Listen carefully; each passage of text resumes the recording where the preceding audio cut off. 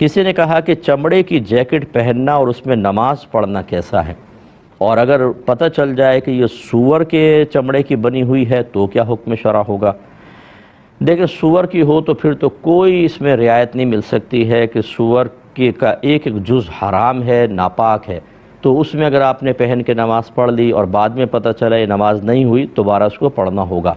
باقی کسی بھی جانور کی، چاہے شیر کی ہو، چیتے کی کھال ہو، مگرمچھ کی ہو، فرض کر لیں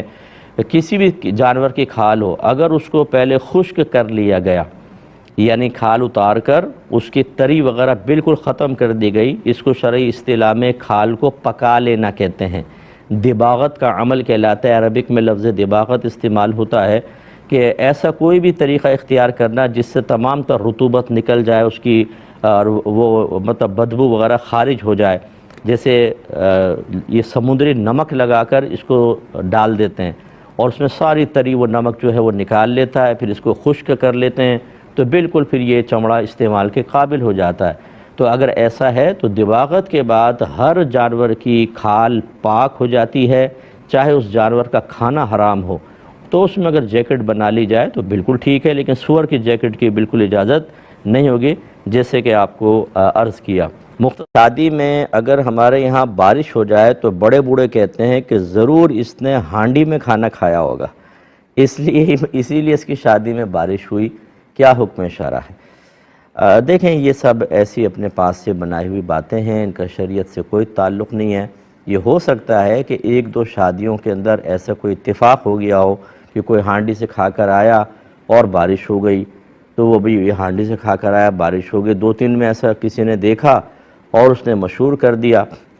اور ہمارے مسلمانوں کی حالت یہ ہے کہ قرآن کی بات ہو، حدیث کی بات ہو، بہت جلدی ذہن سے نکل جاتی ہے،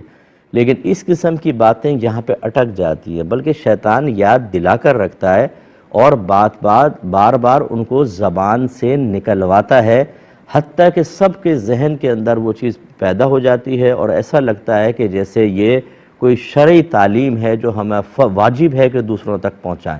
اور پھر ہمارا بچہ اپنے گھر کے اندر یہ باتیں کہنا شروع کر دیتا ہے۔ ہمیں ان چیزوں پہ توجہ کرنی چاہیے۔ معاشرے کی اس بگڑتی ہوئی صورتحال کے کیا کیا اسباب ہیں، ہر گھر کے سرپرست کو اس پر توجہ کر کے کم از کم اپنی فیملی کو اس سے محفوظ رکھنا چاہیے۔ اس قسم کی باتیں جب عام ہو جاتی ہیں، اس سے مزید پھلجھڑیاں نکلتی ہیں اور بہت خرابیاں پیدا ہوتی ہیں کہ بعض اوقات ہمارے عقائد اور نظریات انتہائی فاسد، انتہائی خلاف شرع ہو جاتے ہیں، پتہ بھی نہیں چلتا اور ہو جاتے ہیں۔ تو بہرحال اس کی کوئی شرعی حیثیت نہیں ہے، ایسا کچھ بھی نہیں ہوتا ہے، اس چیزوں کو عام نہ کیا جائے۔ میں نے کویسچن کیا کہ کسی خاتون کا بچہ پیٹ میں 3 ماہ کا تھا تو فوت ہو گیا،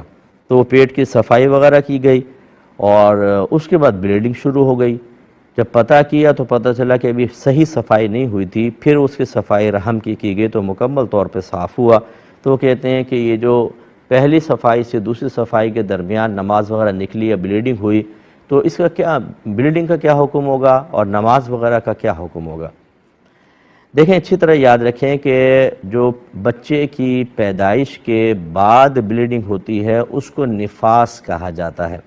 اور اس کا شرعی حکم یہ ہوتا ہے کہ 40 دن تک اگر وہ لگاتار آتا رہے تو عورت نماز روزے وغیرہ سے دور رہے گی۔ ہاں، اگر 1 ہفتے بعد 2 ہفتے بعد آ کر بند ہو گیا تو پھر عورت پہ لازم ہے کہ غسل وغیرہ کر کے نماز اسٹارٹ کرے، وہ نفاس ہے۔ لیکن اگر بچہ بنا ہی نہیں، یعنی اس میں روح ہی نہیں آئی،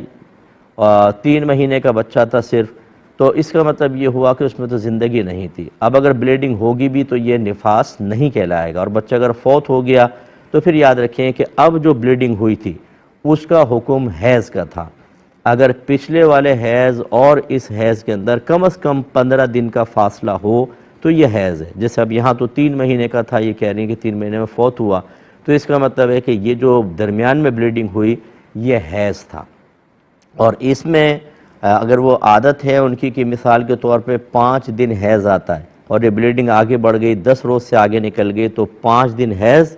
باقی بیماری کا خون تھا، 5 دن نماز نہیں پڑھنی تھی، باقی دن ان کو پڑھنی تھی۔ اگر نہیں پڑھی تو اللہ کی بارگاہ میں توبہ کریں، کیونکہ مسئلہ کیوں نہیں سیکھا، اور ان نمازوں کی قضا ہوگی، یعنی 5 دن سے آگے، یعنی جو مخصوص دن ہوتے ہیں عورت کی عادت کے، اس میں معاف ہوگا، باقی کے اندر ہوگا۔ اور اگر فرض کر لیں کہ پورے 10 دن ان کی کوئی عادت مخصوص نہیں ہے، 10 دن تک حیض چلتا رہا یا 10 دن یہ عادت ہے، تو پھر 10 دن تک معاف، اور اس کے بعد جو ہے وہ استحاضہ یعنی بیماری کا خون ہے، ان کو نماز وغیرہ پڑھنی چاہیے تھی۔